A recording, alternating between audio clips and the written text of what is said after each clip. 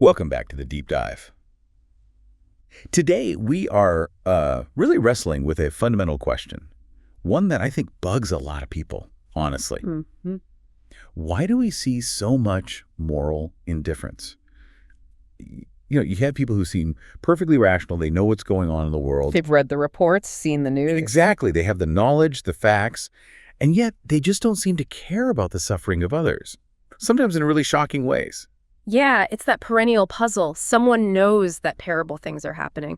Poverty, war, you name it. They possess that, let's call it propositional knowledge. Knowing that. But it just doesn't connect. It doesn't move them. They stay indifferent. And, when you look at that, you can't shake the feeling that they're missing something, right? Yeah, like they're not seeing the whole picture. Like there's some kind of error in their view of reality. Precisely. That feeling, that conviction, that indifference stems from some kind of mistake. That's really our jumping off point today. Okay. So the mission for this deep dive is to explore a really, I think, fascinating and pretty radical way of looking at this. It's a secular approach to metaethics. Which is the study of the foundations of ethics itself. Right. And this approach tries to say, okay, that feeling you have, that the indifferent person is missing something, that's actually correct. But it grounds the failure not in morals or values or duty, but in epistemology. In the theory of knowledge itself. It's a really clever move, actually, because it argues that indifference isn't, necessarily a cold heart or a failure of reason in the usual sense. It's a specific kind of epistemic problem. A knowledge problem. A knowledge defect, yeah, a type of ignorance. And the whole argument builds around this idea that this ignorance comes from not achieving a very particular kind of knowledge, a direct perceptual knowledge of someone else's suffering. So we're setting aside the usual suspects here, like Kantian arguments about universal duty or utilitarian ideas about maximizing happiness. For now, yes. We're looking for a way in that doesn't rely on purely moral premises that a skeptic could just reject out of hand. You mean someone who thinks morality is just like a social convention or a kind of useful fiction?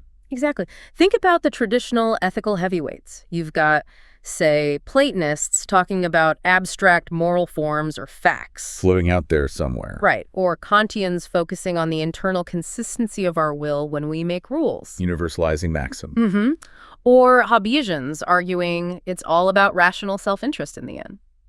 All of these approaches, they start with assumptions within ethics. Like you should care about consistency, or you should recognize these moral facts. Precisely. And the skeptic can always just shrug and say, why should I? I don't buy your starting point. I think morality is a bit of a fraud. Okay, so this new approach tries to sidestep that entirely. It aims to, yes. It tries to use arguments and concepts drawn completely from outside ethics, from the philosophy of mind, from how we think about perception and knowledge generally.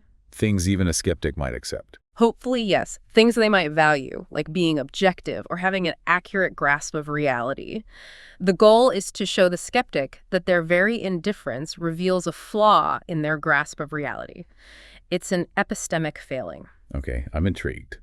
So where do we start building this non-moral foundation?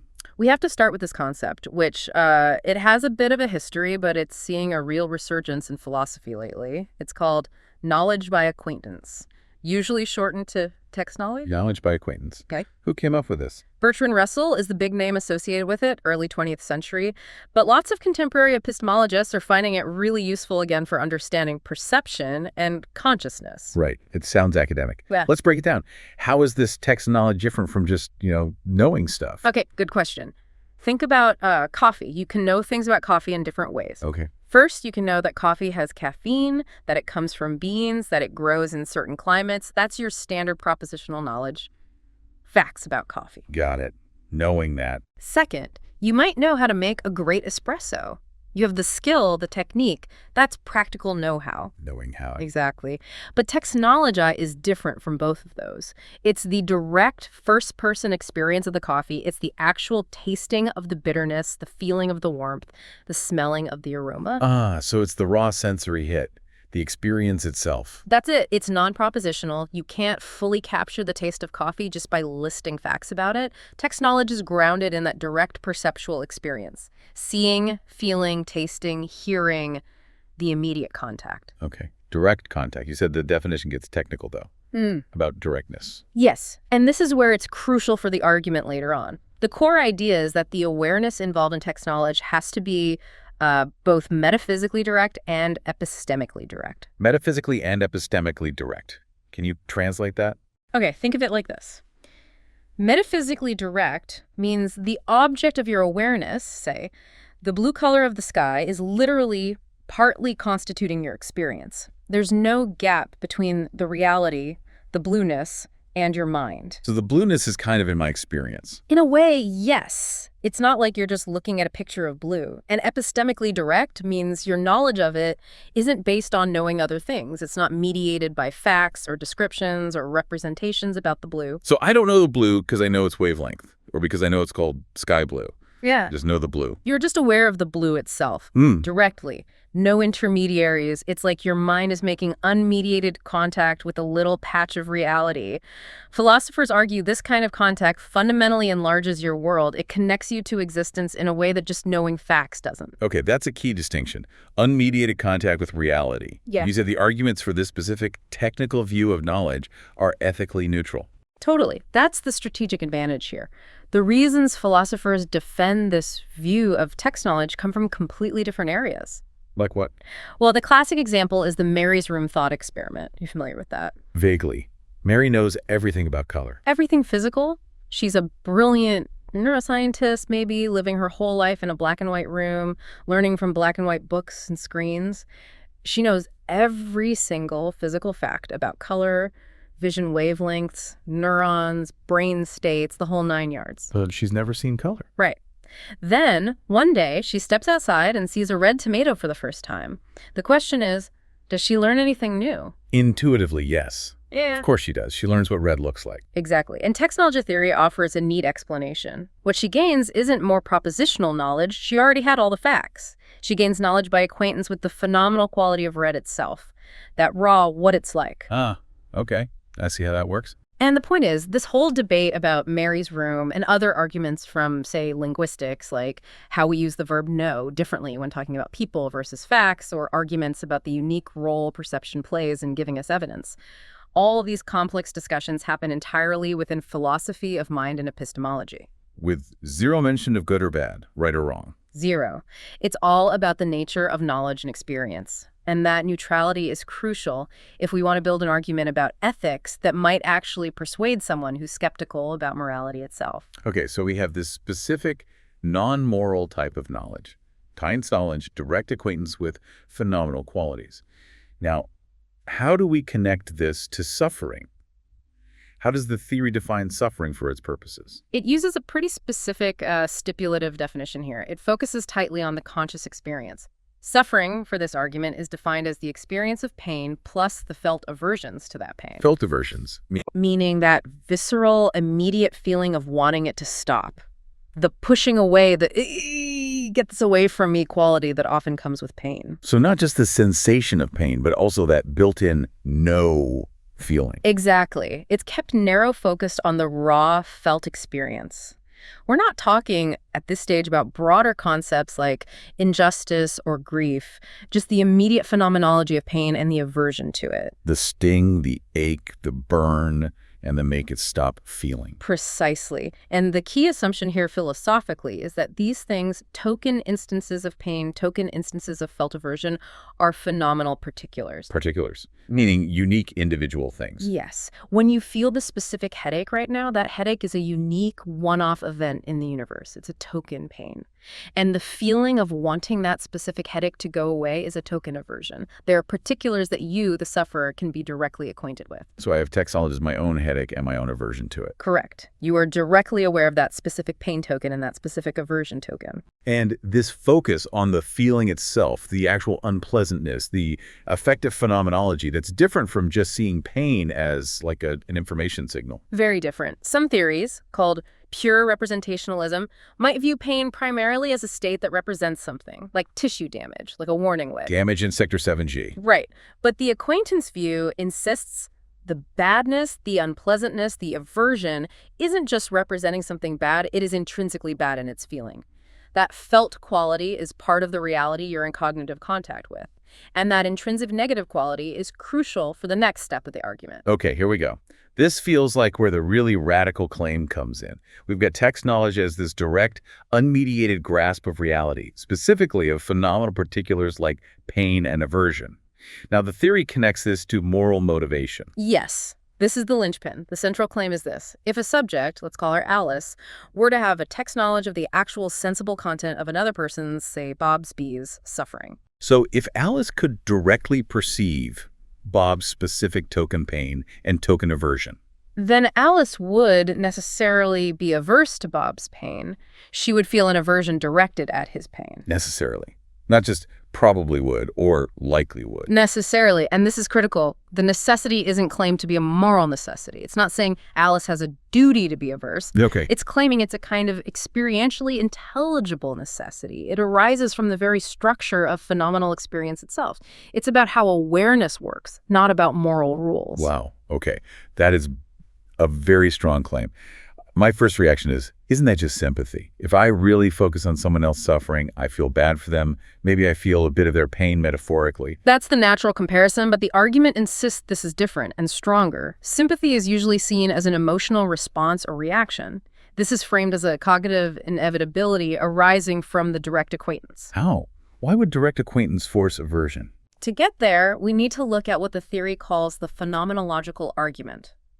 And this might be the most counterintuitive part. It relies on a kind of Humean observation about the self and experience. Okay, David Hume, Yeah. empiricism. What's the observation? The observation is radical. When you introspect, when you look closely at the contents of your own conscious experience, the colors, sounds, smells, feelings, the self, the I that is having the experience doesn't seem to be part of the phenomenal content itself. Explain that more. Think about a really intense sensation. You touch a burning stove, you feel intense heat, pain, and a powerful immediate urge and aversion to pull your hand back. Right.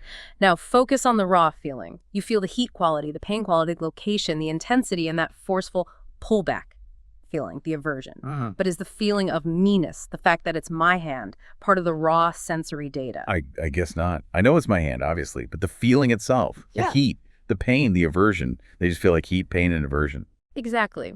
The argument, drawing on thinkers like Hume, is that the self makes no discernible contribution to the phenomenology of the experience. You perceive the felt force of the aversion, but you don't perceive myself feeling this aversion as if myself were an extra ingredient added to the feeling itself. Okay, wait. I'm aware that I am the one having the experience. The self is the subject, right? Yes, the self is aware of itself as the subject of experience. That's generally granted.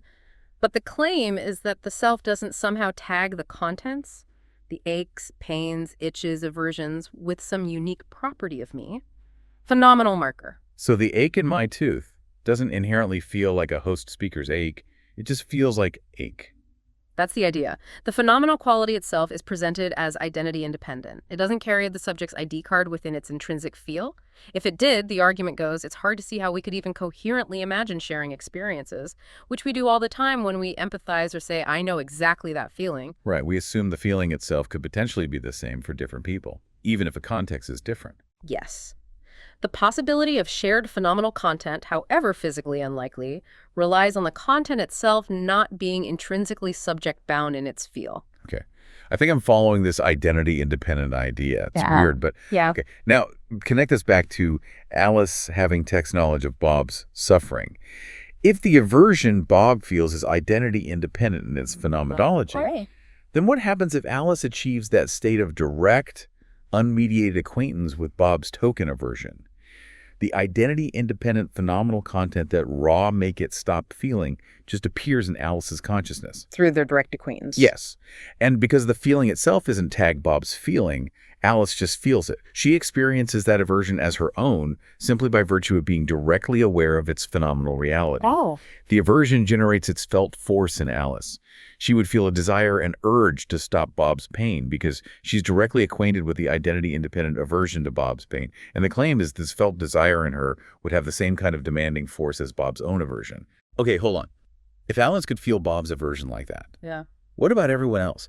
If she had text knowledge of all the suffering in the world simultaneously, wouldn't she just be completely overwhelmed? obliterated by aversion. That's a really crucial point, and it ties into the impossibility we'll discuss more later. The claim is conditional. If Alice has text knowledge of Bob's suffering, then she feels the aversion. Only if the condition is met. Right. Since it's almost certainly impossible for Alice to actually achieve simultaneous, direct, unmediated acquaintance with the specific, token, phenomenal states of millions of people. She doesn't feel that overwhelming aversion in reality. Exactly. Her motivation, or lack thereof, is explained by her actual epistemic state, which normally involves zero direct acquaintance with other suffering. The argument only describes what would happen in that specific, hypothetical, likely impossible scenario of direct acquaintance. Okay, that clarifies the scope. It's about the consequence of achieving that specific kind of knowledge, even if we can't actually achieve it. Precisely. It establishes a necessary link. The knowledge forces the motivation, without needing any intermediate moral judgment like, suffering is bad or I should help. The motivation comes directly from the perceived phenomenon itself. Yes. Alice feels an aversion directed at Bob's pain. So the natural, indeed necessary consequence is a motivation to do something about Bob's pain, to alleviate it. The action flows directly from the identity-independent aversive phenomenology she is experiencing. So, at minimum, any agent who hypothetically achieved text knowledge of someone else's suffering would feel some motivation to stop it. It would be impossible to have that knowledge and remain completely indifferent. That's the claim. Complete indifference in the face of text knowledge is ruled out by the very structure of the experience. Which means, if someone is indifferent, it's because they lack that knowledge. Their indifference is fully explained by their epistemic state, their failure to achieve that specific identity-independent cognitive contact. And that brings us right to the core reframing. By grounding the motivation, or lack thereof, in text knowledge error, the theory recasts moral indifference entirely. It's not primarily a moral failing, but a distinct epistemic defect. A knowledge problem. A form of ignorance. Exactly. The failure of Alice to care about Bob's suffering is simply her lack of acquaintance knowledge of Bob's token pain and aversion. She's ignorant of that specific patch of reality. This really turns the tables on the typical view of the moral skeptic, doesn't it? The person who's indifferent often prides themselves on being, rational, objective, clear-eyed, seeing the world as it really is without sentimentality. Right. They often have this kind of epistemic pride, believing they're free from the illusions of morality. But this framework says, actually, no. Your indifference isn't a sign of superior objectivity. It's a sign of a failure of objectivity. Because they're missing something real. They're missing something demonstrably real, the phenomenal reality of the other person's suffering. Their perspective, the one they think is subjective, is actually revealed to be partial and incomplete. They lack a crucial perceptual grasp of the world. Their realism is, in fact, a kind of blindness. Partiality rooted in cognitive limits, not moral sophistication. Precisely. Their failure to generalize their concerns stems directly from their epistemic limitations. Okay, it's a powerful critique. But we keep bumping up against this. Yeah. You said yourself it's likely impossible for Alice to actually have first-hand text knowledge of Bob's inner life, his token phenomenal qualities. We just don't have that kind of direct mind meld connection. Correct. That seems overwhelmingly likely to be true. So if the standard required for motivation, this direct text knowledge, is impossible to meet, what's the point? Why does this argument matter in the real world? Isn't it just a neat philosophical exercise about an impossible state? That's the natural worry. But the impossibility of achieving the standard doesn't make the standard irrelevant for explanation. The impossible ideal can still shed light on the nature of our actual failures. How so? Can you give an analogy for how an impossible standard explains a real failure? Sure. Let's take that mathematician again, Sam. He devotes his life to proving some incredibly complex mathematical proposition, P. He tries every angle, develops new techniques, works tirelessly, but ultimately he fails. He never finds a proof. Okay. Later, maybe after Sam's death, someone else proves that proposition P was actually impossible to prove using the standard axioms of mathematics accepted at the time. It was inherently unprovable within that system. Like Gödel's incompleteness theorems kind of thing. Something like that, yeah. The point is, Sam's failure to prove P is now fully explained. Why did he fail? Because it was impossible. The impossibility of success is the direct explanation for his failure. I see. The impossible standard explains the real-world outcome.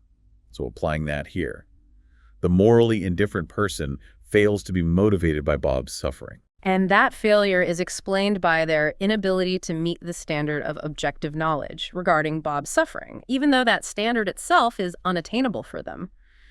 The impossibility explains why the motivation isn't there. It diagnoses the source of their partiality. Okay, it provides an explanation for the failure. Does it do anything else? Yes, I think it does something quite important. It helps to vindicate the moral agent. For the person who does care. Exactly. Think about someone who is genuinely conscientious, who feels real concern for others' suffering and tries to help. Often such a person experiences their concern not just as a personal feeling or preference, but as a response to something real out there. They feel like their concern is somehow more objective, more aligned with reality than indifference would be. Right, they feel like caring is the correct response to the situation. Yes, and this framework validates that intuition. It says, you're right to feel that way. Your concern, even if it's imperfect and mediated perhaps through empathy rather than direct acquaintance, is actually aiming at a more objective, complete grasp of reality than the indifferent person achieves. Your moral sensitivity is, in a deep sense, epistemically virtuous. So the impossible ideal serves both to explain the failure of the indifferent and to justify the striving of the concerned. It gives a kind of objective grounding to caring. Okay, so if direct text off of another's suffering is the gold standard, the regulative ideal, but it's unattainable, what do? This is where empathy comes in. Empathy becomes the crucial, real-world, epistemically virtuous alternative. The practical way we try to bridge the gap. Exactly. It's how we improve our limited epistemic situation regarding what others are feeling. But how does empathy, which is often seen as an emotion, fit into this very cognitive framework focused on knowledge and acquaintance? Well, the argument is that empathy works, epistemically speaking, because empathic distress simulates acquaintance. It's not the real thing, but it's the closest we can get, and it generates something crucial. Okay, how does that simulation work? When Alice observes or learns about Bob's pain, and she feels empathic distress, that pang of shared suffering, she isn't, of course, feeling Bob's unique token pain. That remains inaccessible. Right.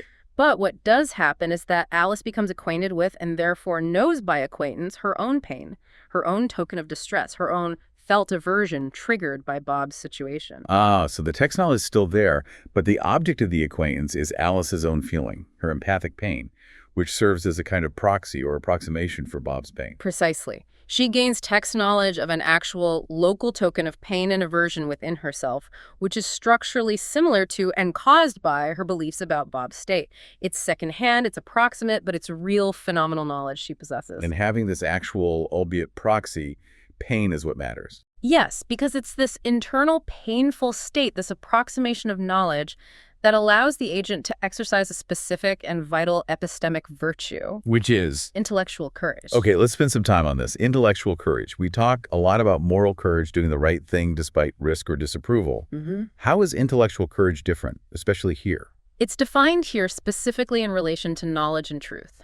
Intellectual courage is a stable disposition, one that's ultimately motivated by a desire for knowledge itself, not just for its useful consequences, to act in ways that preserve or pursue knowledge, even when that knowledge is unpleasant, uncomfortable, painful, or generally difficult to confront. So it's the willingness to face hard truths. Yeah. The fortitude to not look away from reality even when reality hurts. Exactly. Choosing truth over comfort, especially when the truth comes with a significant effective cost. Okay. How does this apply to the person feeling empathic distress? Think about Alice again. She's feeling that unpleasant pang of empathic distress because she believes Bob is suffering. Now she has a choice. Broadly, two paths. Path 1. Path 1 is to focus on the source of the distress, Bob's suffering, and try to alleviate that. Try to help Bob. Okay. Path 2. Path 2 is to focus on alleviating her own distress directly. She could distract herself, look away, rationalize Bob's suffering. He probably deserved it. It's not that bad. Maybe even literally take a pill designed to blunt empathy if such a thing existed. Essentially, manage her own negative feeling. And choosing path 2, managing her own feeling, instead of addressing the source, that's where the failure of intellectual courage comes in. Yes. According to this view, when Alice chooses to short-circuit her empathic distress to make herself feel better rather than addressing the external reality that's causing the distress, Bob's pain, she's exhibiting an epistemic vice. A vice like? like willful ignorance or maybe wishful thinking. She's prioritizing her own practical comfort and emotional ease over maintaining contact with the most accurate approximation of knowledge she has about Bob's suffering, namely her own painful distress. She's choosing to sacrifice the uncomfortable proxy knowledge for peace of mind. Precisely. Let's take that charity worker example.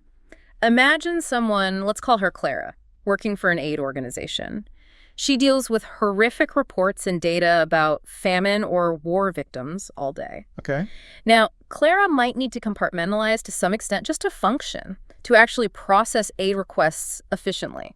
That might be a necessary practical strategy. Sure, you can't break down constantly. Right. But let's say Clara actively avoids information that she knows will trigger strong empathic distress. She refuses to look at photos, deliberately skips the personal stories, focuses only on spreadsheets and logistics, precisely because the distress is too painful or distracting for her. She's managing her feelings by filtering her knowledge intake. In that case, the argument suggests she's demonstrating a lack of intellectual courage. She's opting out of the painful, approximate text knowledge that her own distress represents in favor of the less distressing, purely propositional knowledge from the spreadsheets. Whereas the intellectually courageous person in that situation, The intellectually courageous person, feeling that empathic distress, would be motivated to act on the source of the distress the victim's suffering. They would channel that painful awareness into trying to change the reality that caused the pain, rather than just trying to eliminate the pain in their own head. They endure the painful approximation of knowledge because they value staying connected to that aspect of reality. they show the fortitude to, as the source material puts it, know hard reality by approximation. Exactly. They choose the path that, in its aim, is knowledge-preserving, trying to fix the reality that the painful knowledge points to. The person who turns away, who takes the metaphorical anti-empathy pill, is seen as simply too epistemically weak, too cowardly to face the unpleasant facts of the world as reflected in their own experience. That's a really striking reframing. Moral callousness isn't wickedness, necessarily, but cognitive cowardice, a failure to face the known. Okay, let's tackle some potential objections head on. We have to circle back to this impossibility issue and the charge of triviality. If the gold standard, the direct text knowledge of another's suffering, is impossible to achieve, doesn't that make its value, well, trivial? Why should anyone care about, let alone be motivated by, striving for an impossible state of knowledge? It's a fair question. Why value impossible knowledge? I think there are a few ways to counter the triviality charge. First, look at its potential impact.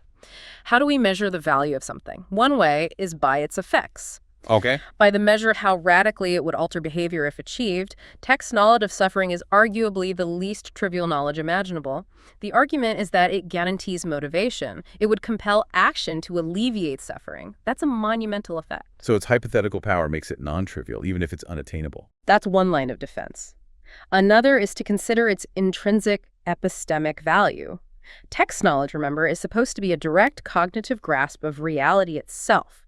Achieving it, even hypothetically, represents a fundamental enlargement of the subject's world, a direct contact with existence. That seems intrinsically valuable from an epistemic point of view, the value of knowing reality as it is. But maybe knowing one extra token pane isn't that much of an epistemic gain. Perhaps its final epistemic value, just adding one more known item, is low. But its instrumental epistemic significance could be huge. How so? Because holding up this impossible ideal of direct acquaintance as the standard for truly objective understanding of suffering helps cultivate the real-world virtue we just discussed, intellectual courage. Striving towards this impossible ideal, even via the approximation of empathy, pushes us to confront uncomfortable truths. That process has immense epistemic value in helping us navigate a world full of suffering we might otherwise ignore. So the impossible standard is instrumentally valuable because aiming for it builds the virtue needed to face the possible approximations. Exactly. It sets the bar for objective confrontation. Okay. Now, for what feels like the deepest ethical critique, this is the one I imagine a moral philosopher pushing back hard on, or the skeptic latching onto. Let's hear it. If Alice, in that hypothetical state of having text knowledge of Bob's pain, feels Bob's aversion as her own, and then acts to stop Bob's pain, isn't she ultimately just acting to stop the unpleasant feeling in herself? Isn't the motivation fundamentally selfish, aimed at relieving her own discomfort, even if that discomfort mirrors Bob's? Where's the genuine altruism? The selfishness objection. Yes, this is a classic challenge. The first thing to say is that this line of argument often sets an incredibly high bar for what counts as non-selfish, a bar that probably condemns most ordinary acts of kindness where the helper also feels distress and relief. Like if I feel bad seeing someone cry and help them partly to stop feeling bad myself, that's selfish. Under some strict definitions, maybe. But let's go back to the core of the text knowledge argument. Remember the crucial claim about the phenomenal content. That it's identity independent. Right.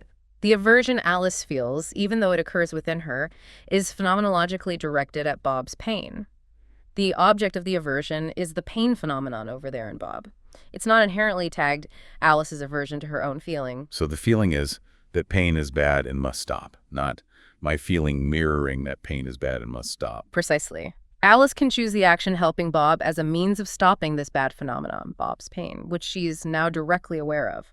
She doesn't necessarily have to frame it as a means of stopping my unpleasant feeling, which is caused by awareness of Bob's pain. The focus can be on the external reality apprehended, not the internal state of apprehension. Exactly. The motivation can arise purely from the identity-independent aversive quality of the pain phenomenon itself, as directly perceived by Alice. She can be moved to act by that objective feature alone, without needing any additional self-regarding judgment like, my well-being, my freedom from this aversion, matters. So, because the motivation stems from an identity-independent feature of the world, the badness of the pain itself, the resulting action is impartial, even though Alice is the one feeling the aversion. That's the defense. The motivation bypasses the self-other distinction at the crucial point. It arises directly from the nature of the perceived reality. In that sense, it's paradigmatically impartial, not selfish. It avoids the need for Alice to judge that her state matters more, or even matters at all, beyond being the vehicle for perceiving the external badness. That's a subtle but potentially very powerful counter-argument to the selfishness charge. Okay, let's pull back and compare. How does this whole epistemically grounded approach fare against the traditional views we mentioned at the start, Platonist, Kantian, Hobbesian, especially in convincing that moral skeptic? Well, let's recap the issue with the traditional views. They tend to rely on premises the skeptic feels entitled to reject, because those premises seem internal to the moral game itself. Like there are objective moral truths, Plato, or rationality demands universalizability, Kant, or long-term self-interest dictates cooperation, Hobbes. Exactly. The skeptic says, why should I accept those as starting points? They sound like things invented by moralists for moralists. It feels like the argument is begging the question against their skepticism. Right. You're just assuming the thing you need to prove. Pretty much. The potential advantage of the text knowledge approach is that its foundational premises come from outside ethics. They come from philosophy of perception, philosophy of mind, epistemology, theories about how we know anything about the world through our senses. Areas where the skeptic might actually claim to value objectivity and accuracy. Precisely. So the argument attempts to meet the skeptic on their own ground. It says, okay, you value having an objective, accurate grasp of reality. You pride yourself on not being swayed by mere sentiment. Well, guess what? Your indifference to suffering actually demonstrates a failure in that very objectivity. It reveals an epistemic blind spot, a lack of acquaintance with a demonstrable aspect of reality. Your supposed realism is a form of ignorance. And furthermore, it connects the positive moral impulse, empathy, leading to action with an epistemic virtue, intellectual courage, which is about valuing truth even when it's hard. So it tries to undermine the skeptic's epistemic pride by showing their indifference is actually epistemically deficient. That's the core strategic move. It reframes moral failure as cognitive failure, using tools the skeptic might, in principle, already accept. #tag outro. Wow. Okay, this has been quite a journey. Really deep dive, actually. We started with this seemingly intractable problem. Moral indifference. Why don't people care? And we've explored this really intricate, maybe even radical argument that shifts the whole ground. It moves away from traditional ethics, from duty and consequences. And lands us squarely in the philosophy of perception and knowledge. Finding that maybe callousness isn't so much a failing of the heart, but a failing of objective perception, a kind of ignorance. A failure to achieve, or even approximate through empathy, direct acquaintance with the reality of suffering. And conversely, that empathy, when it motivates us to act despite our own discomfort, isn't just being nice, it's an exercise in a fundamental epistemic virtue. Intellectual courage. The courage to face reality. Yeah, the real strength of this line of thought, I think, is finding that non-moral bedrock. It locates a potential basis, grounded in widely discussed theories of perception, for thinking that indifference really does stem from ignorance, from not fully grasping what the other person's experience is like. It gives an objective direction, even if the ultimate goal of perfect acquaintance is unreachable. The direction is towards knowing more, seeing more clearly, even when it's painful. Towards approximation, guided by that epistemic fortitude. It really changes how you might think about disagreement and bias generally. If this lack of acquaintance knowledge, this failure of direct perception, can explain our partiality towards suffering, it really makes you wonder, doesn't it? What other kinds of partiality or biases or, failures of imagination that we see in ourselves or in society might actually stem from similar roots? Not necessarily from bad intentions or moral flaws, but from correctable failures of perception. From failures to truly acquaint ourselves, even approximately, with realities that make us uncomfortable. That's a powerful thought. What hard reality, whether it's about social inequality or environmental damage, or just the difficult truths in our own personal lives, what reality are we, perhaps subtly or maybe not so subtly, choosing to ignore? Choosing to keep at arm's length epistemically just for the sake of our own practical comfort or peace of mind. What are we sacrificing knowledge for? Yeah. What truth are we trading for comfort? That's definitely